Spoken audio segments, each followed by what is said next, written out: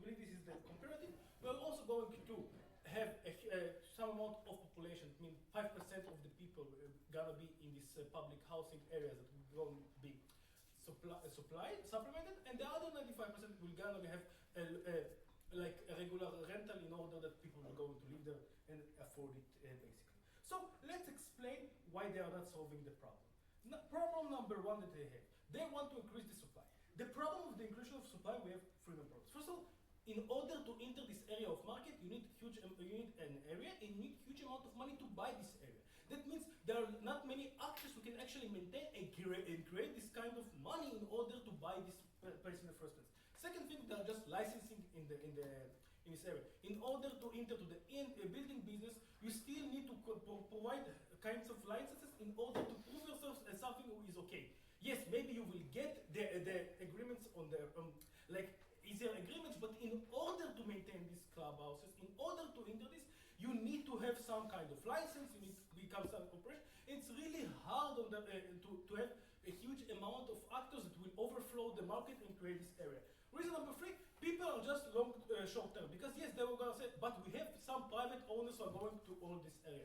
No, this is not true. We believe that most of the people are just going to buy this area out because when you have huge amount, I will buy it out for $5 million, but I as a this private property owner, I will just understand if I'm going to bottleneck and build them little by little, I just can maintain a huge amount of money out of it. That means when I'm building once time when there's a huge crisis, that means people are willing to buy it for much more money. That means the impact of the supply and demand is not working on their side of the house because, listen, this is basically what Keynesian economics says. They says when people are trying to vote for themselves, they're going to fuck over the country.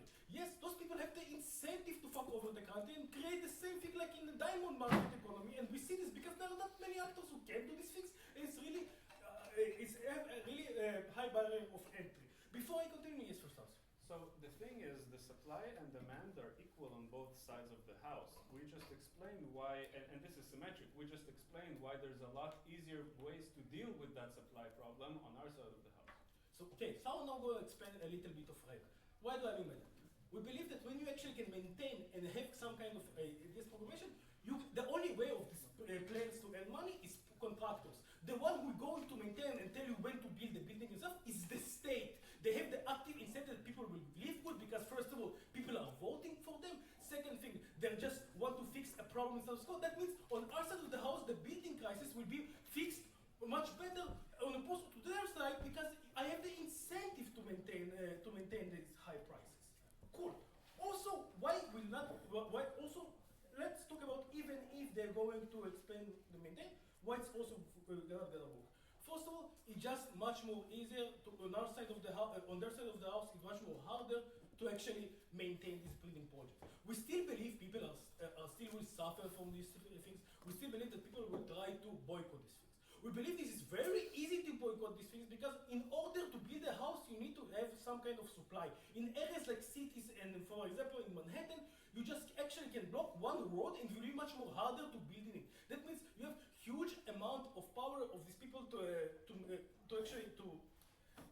contain this project. But on our side of the house, because it's much more easy, because you have the government behind you, because it's much more easier to operate policing forces, because the country itself have much more power. That means it's much more easier on our side of the house to actually maintain the public goods. Also, even if we are going to believe in another important mechanism, when we control the prices of the housing, when we actually have to control the supply, it's much more easier also to control the market itself. And what do I mean by that? Yes, most of the people are afraid and fear for their life of selling these houses. Because when you are creating a huge amount of supply chain, people are afraid that it can actually hurt the market and will be much more susceptible. On our side of the house, it's much more easier to manage this quite well, that people will actually maintain the current amount of money and will be able to buy the product on our side of the house. That means even if you will not believe the mechanism that really explain really well why the companies itself don't want to build, on our side of the house, it's just much more easier to maintain and control these pricing houses. So we're winning this debate basically on two things. First of all, we prove you that on their side of the house, they cannot really fix the problem. When you are actually opening a huge amount of supply, when there are a very small amount of actors who can buy it, you cannot really solve the problem. We solve this problem because we are explaining, first of all, why the country has active incentive to fix the problem, unlike on their side of the house, public companies doesn't have the incentive. And reason number two, we can actually help and present to the people who are more benefiting out of that. The people who need this housing, the people who are in this much smaller scale, the minority groups that we are going to supply and help them. Because we are helping the smallest one and actually solving the problem, please support us.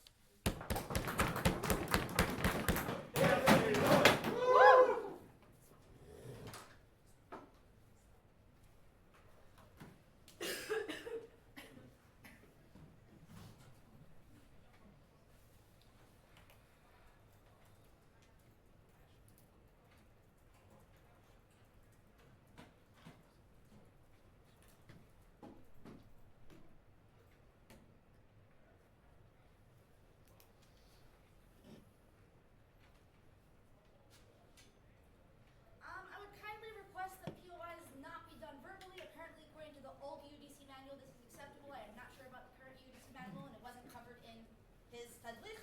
So I would like, please have non-verbal POIs. Amazing. They did make POI changes. I'm not sure if this is a valid one, but I mean, just be nice. That's pretty good advice in general, I think. Listen to this. I would like to see POIs in the chat. By the way, Apparently, that's not did enough. we return the recording after Toma? Did we return the recording after Toma? I forgot to Menachem, now it's recorded. Okay. Shame of it. You're in pain, but at least you're not bored. 3, 2, 1. One simple extension. We're going to explain why they're going to do it significantly better than the government, why the housing that we get is significantly important, why we don't screw over the poor immigrants with awful housing that makes it that they can't get to a hospital, they can't get to what they need to be, none of the things happen, all of these impacts, amazing, let's get right into it. Before that, let's hear what we heard about why they're inefficient from OG and why it's definitely not enough, okay? OG says government is huge, small part, have to check with zoning, municipality, etc. And then they assume that they're underpaid, underskilled, and they work a lot slower. Not saying it's not true, am saying it needs to be proven, cannot be just dropped as a line. I'm sorry, we're going right into it. So now, why is private just simply much better than government? First mechanism, experience. Experience comes on a lot of different levels. One, we're talking about simple connections, supply chains. This person knows me. I have deals with him. These deals go through. I've been working with him for years. He knows he can rely on me. He knows that I can take a loan because I'll pay it back in the long term. These are things that I have. These are things that I don't, etc., etc., etc. Government coming in, trying to interfere in a business that's been happening for a while. People are resentful of it. They know that the government's probably not going to pay them on time. They know the government's going to be lacking. They know the government is a relatively untrustworthy organization, and it just pisses people off, etc. Second of all is knowing what issues will arise and how to handle it. As in, different issues arise in construction companies, different faults, different sewers, different problematic things that happen in it. And having done a bunch of construction in the past, you're significantly better at handling the crises in the future. Third of all, and this is really critical, is knowing everything around the property. When you've built a bunch of things, you understand the importance of making sure that the sewer line is in the right place, that the hospital is located in enough central location that the housing around it is able to reach the hospital with enough amount of time. While you're planning, making sure the electrical stuff is there, making sure there's enough parks around each area so that it's not overcrowded, making sure all these things happen. And it just simply doesn't, and it just simply requires a lot of experience. Why do these people do it on our side of the house? On our side of the house, they have a huge incentive. One, being sued if they don't do it. Very big deal. Corporations don't like losing money, all those different things. And second of all is they want to sell it. People notice these things. They want to be able to do it for good. It is going to make it that they're done much better. Why will the government not do it? First of all is, as they already said, it's very important that they run under housing things. I'm not saying we disagree with OG in the slightest, but let's say that's true. Then it means that they now have a huge incentive to rush in and try to make it happen as fast as possible and try to make it happen in their term, try to provide the houses as fast as possible, which means they are jumping over all these problems. They are not putting as much consideration. They are not taking the 5-10 years to plan it. They are taking the 2 years because this is the amount of time they needed to have the impact of getting voted for again there. Second thing, okay, and this is a second mechanism. We're talking about significantly more money. Why is money so critical? What happens in government's world? We're going to explain why money is so critical instead of just saying we have significantly more money. First of all, why do they have money? First of all, they have huge backups. They have other, usually these big companies have other corporations, other things they can take loans on out.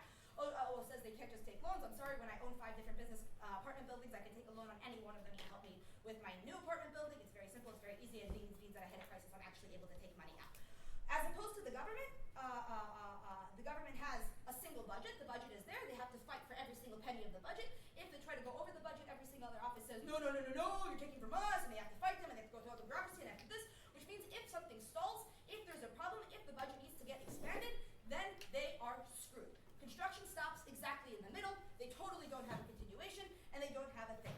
Why is it going to happen? Why did these crises happen? First of all, if any of you have ever known someone who hired a kablan, I want you to tell me a single time, a construction person, I want you to tell me a single time that the price that the person actually paid was the price that you were initially quoted. It does not happen, okay? Because these things cost more money, especially, it's intuitive, we know this happens, not now, I will take you later. And thanks for not doing it verbally. Now, perfect. So, what are the things we're talking about? Suddenly there's a loss of material. One of the supply routes doesn't work. We don't get the material we need, et cetera, et cetera. Second of all, one of the construction workers did a faulty electrical building, and it now requires fucking $10,000 or more to fix the, no, that's your small house we're talking about, big apartment buildings. $100,000 or more to fix the faulty electricity thing and to build everything up from scratch. We're talking about fucking up an installation, miscalculation of the budget, a whole bunch of things that just simply happen in construction quite often because there's a bunch of moving parts, there's a bunch of variabilities.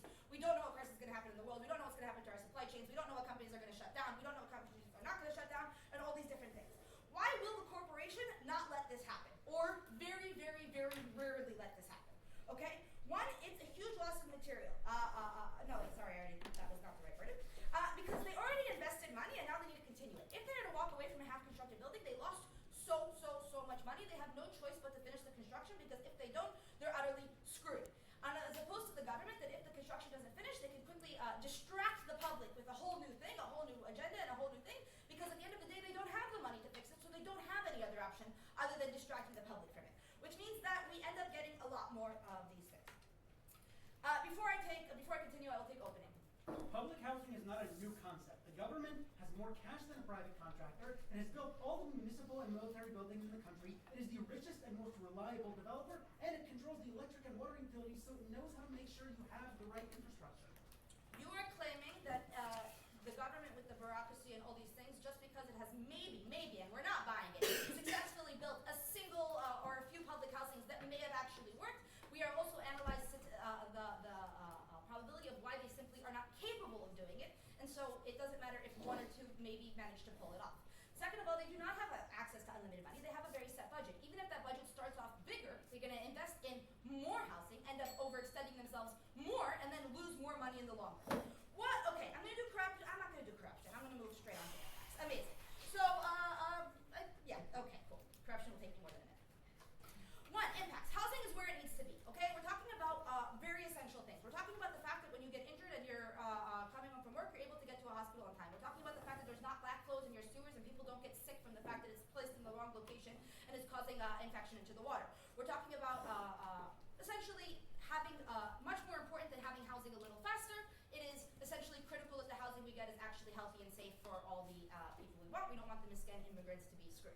Second of all is we get much less half-developed housing. Why is half-developed housing so fucking problematic? One, it is a huge eyesore. What does that mean? It means it lowers the value of all property around it, which might not necessarily be the worst thing in the world. But what does make it the worst thing in the world? It becomes a crime area. When we have half-developed areas, that is the place where crime, where people cloud to do. They live in the half-abandoned buildings where no one's going to take them out. They go there, they commit crime, and they cause all these areas. These high crime areas is causing problems for everyone. We can't allow it to happen. For all these reasons, please us. Is the panel ready? Wonderful. Is the camera on?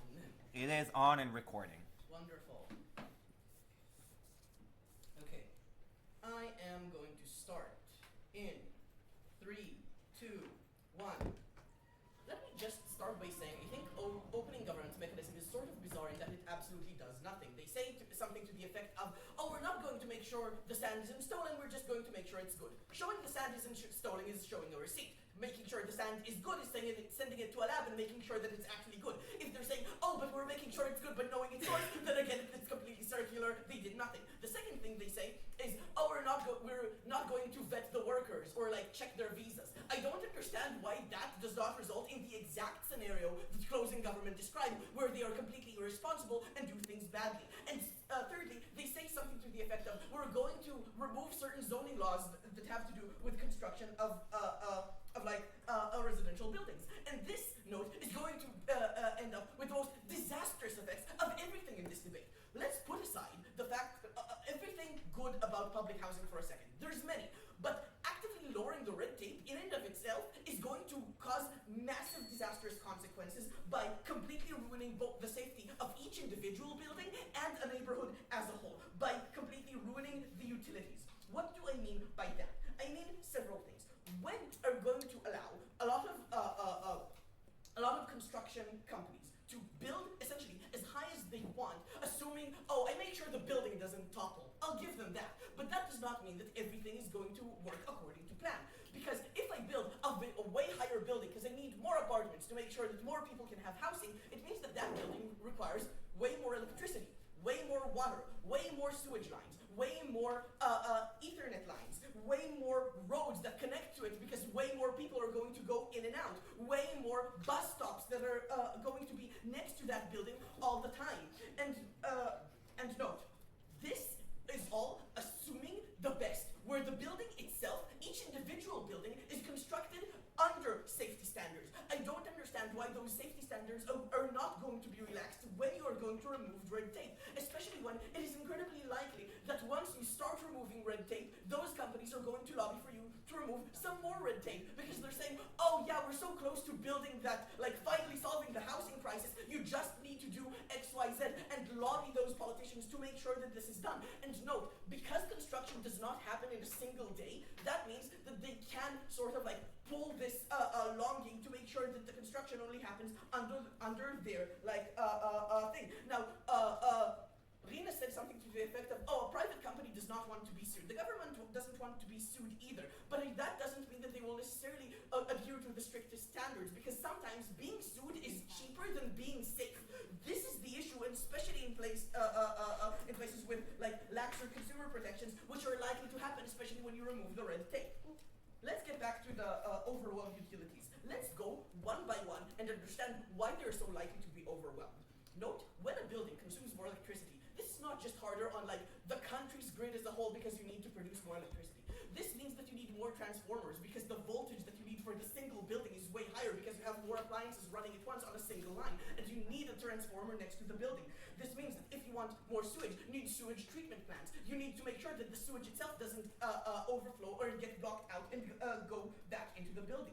When we're talking about roads, note that the roads being completely blocked not only is horrible for every single person living in the building and around the building, any single person wanting to go through the neighborhood itself is going to have a much harder time to do so because the roads are so full of people. And note, this is exactly what zoning laws were made to prevent. Zoning laws tell you you can only have this many people in the building, you can only build it so high, you can only have this many in this square area, because otherwise it will result in these consequences. And by removing that exact red tape, opening government completely ruined the possibility to live there. Before I continue, closing. They mechanized this motion. I'm pretty sure you can't add a bunch of regulations that they didn't say in the mech that are going to be taken down. I analyzed why the likely manifestation is that this would be the next logical step. I did not say that this is what they are saying happens, and they very much did say that they are going to remove zoning laws. If they didn't, they have absolutely no positive impact in this debate, because no new buildings will be erected. Nothing actually changes. They need to do something. Okay, let's now get to like the benefits of public housing. And note, here's something really, really important. The reason housing is important is because it keeps people from being homeless, right? The main reason we care about housing at all is because it prevents that. Like, the quality of the housing matters way less than having a house in general. And note, no matter how good governments are trying to prove to you that they will lower the prices, when you're building in a large city, like, the base price of the ground is expensive. The price of getting the materials there is expensive. And so they can't be that cheap, which means anyone who will be able to afford the housing under the new housing that is constructed under the motion, even if it is attempted to be like affordable housing, not even like the nightmare scenario opening opposition described, it means that it would be people who probably could have afforded to live in like somewhere in the first place, not necessarily in that same big city, but like on the outskirts, in the suburbs, in a smaller town like farther away, but they will night, and diseases and rats and passers-by. So when we are talking about what housing is for, it is for those people. And public housing uniquely solves this because it is definitionally affordable. It is only given to the people who will not be able to afford it otherwise. It definitionally solves the exact problem that housing is meant to solve, which means that by the very metric of where people get housing, only public housing can actually solve it. For governments to be able to prove to you that they solve homelessness, they have to show not just any sort of marginal lowering of costs, but massive. And note the long-term effects of this on homeless people. When a homeless person gets into a house, not only are they free from the rage of the elements, they can get to get a bank account, which they can't do if they don't have an address. Thank you. If they don't have an address, it means that they can start getting a job, which is far easier when you have somewhere to go at night and you can sleep for 8 hours straight. It means that they can have what is called social mobility. They can. Starting in 3, 2, 1. Guys, basic thing we have to understand in this debate, we think that when on your side you're constructing public housing, this means 2, 3 projects max, because this is the amount, or maybe a little bit more, but this is the amount that the government can do at the same time. We think that these are inexperienced projects, these are projects that are limited, does not free up other apartments, does not make other people being able to actually get more apartments. That is where we are very limited in the amount of delta we can have on your side. We think that on our side, when we cut down the red tape, that is where each and every private company is able to build more houses, have more quality houses, more experienced houses in better places. That's where we do not have crime rates, that is where we do not have build new crime areas, and that is where we actually get people to be able to buy houses and be less homeless, right? Okay, we think that I'm going to go group by group because I don't know how to wave my clashes, I'm sorry.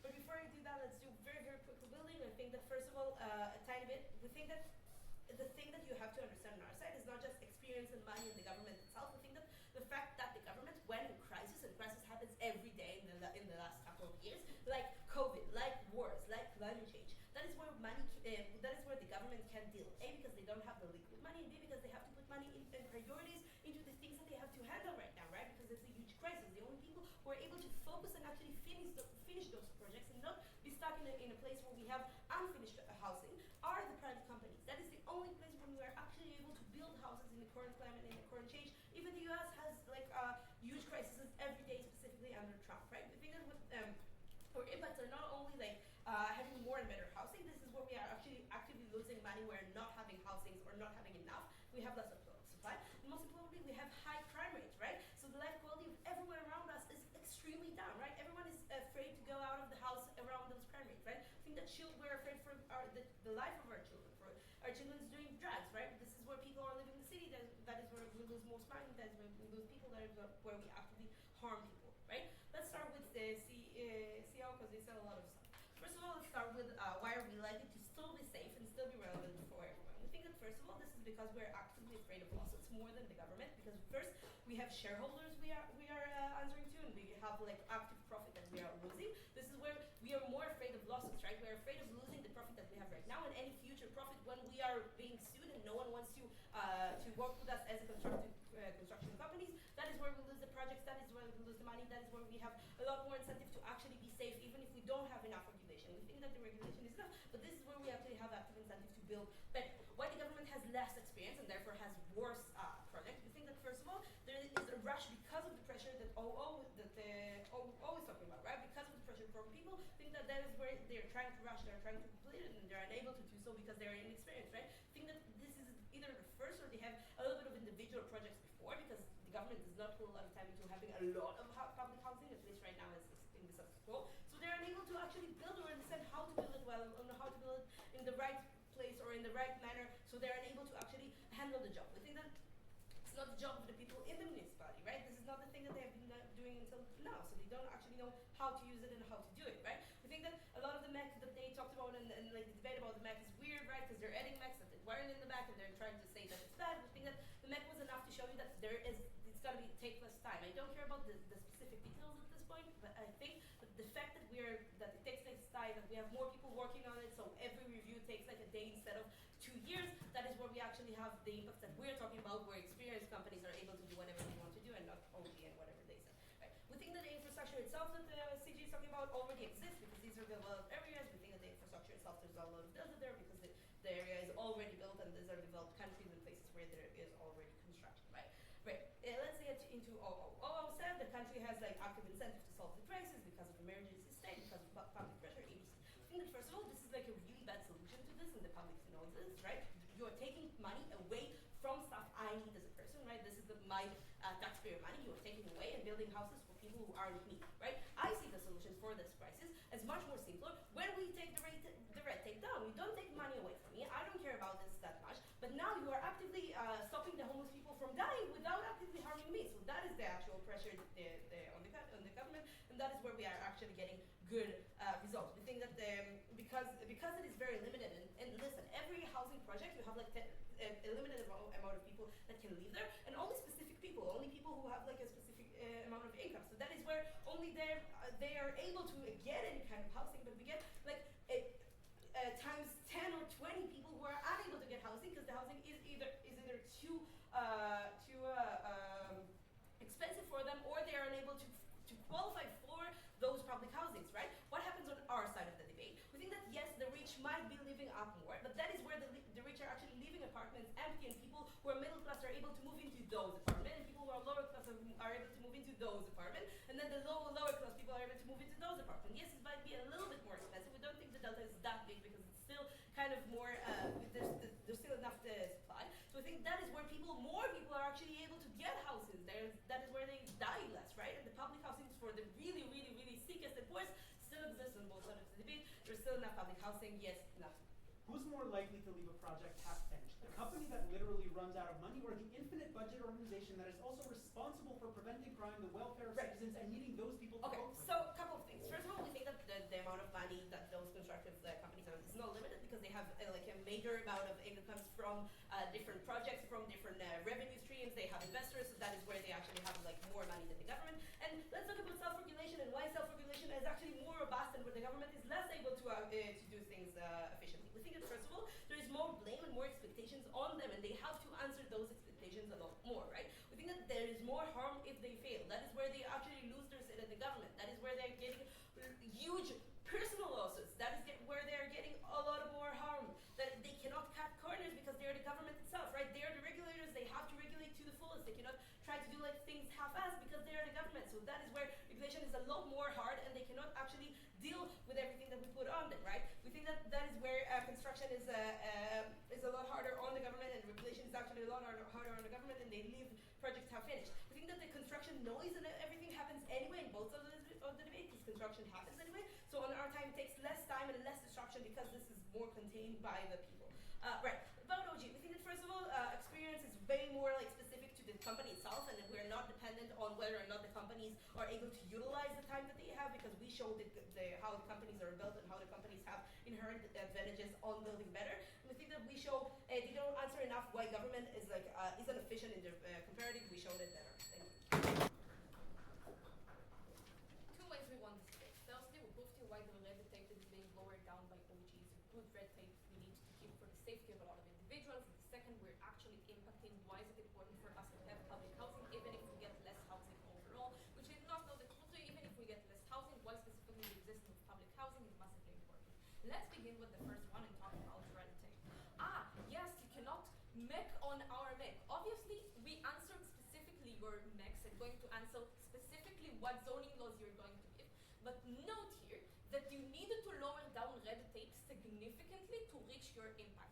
The fact that you can say, yes, I'm going to remove this one stupid little red tape, and now all of the investors are going to come bustling in. Guys, you need to have some sort of an extent, because you did not feel the burden of explaining to us why those red tape are significant enough and why those specific next. Let's then talk about that. Zoning laws. You said that in general. Oren already explained to you why zoning laws are extremely important in two ways. The first way is just access to industry.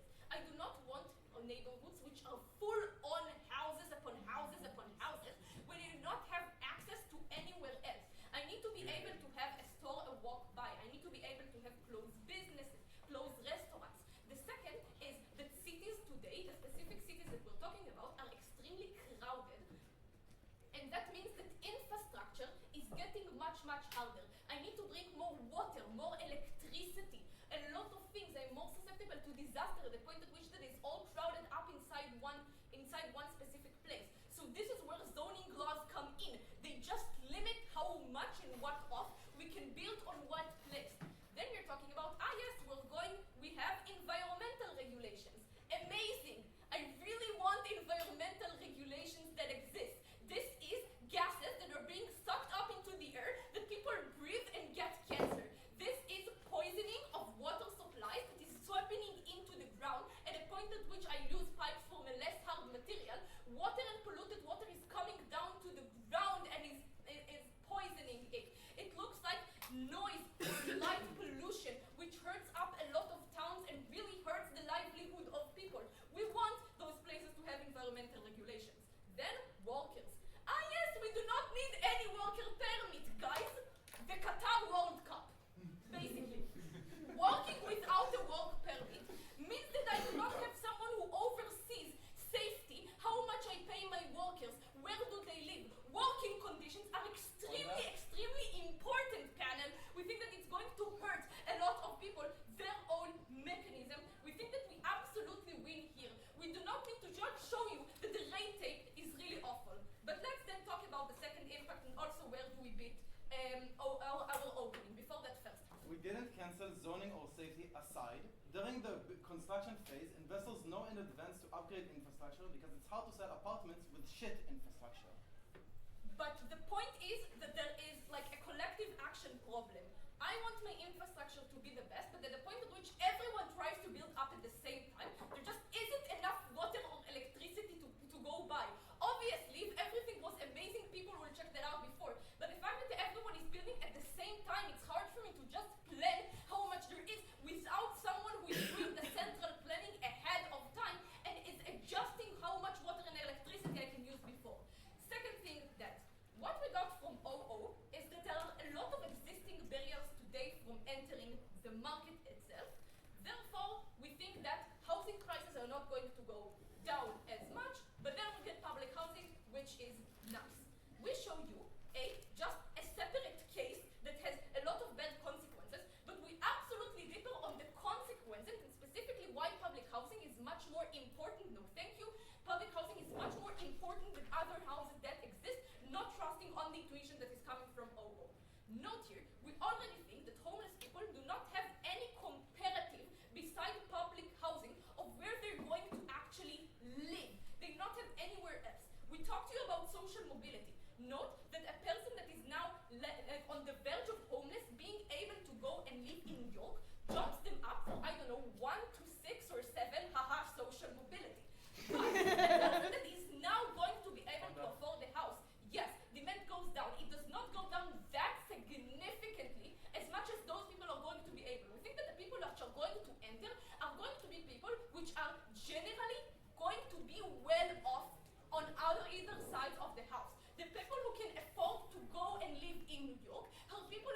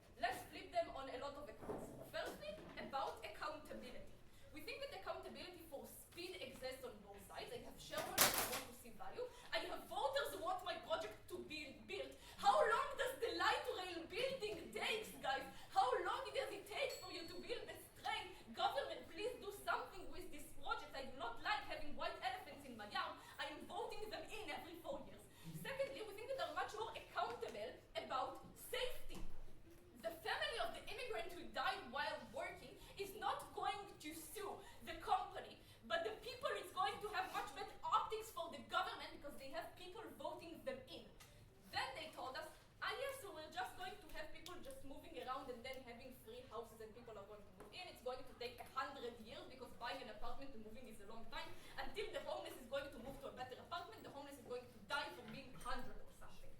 Then you say, yes, less experienced people. Tenders.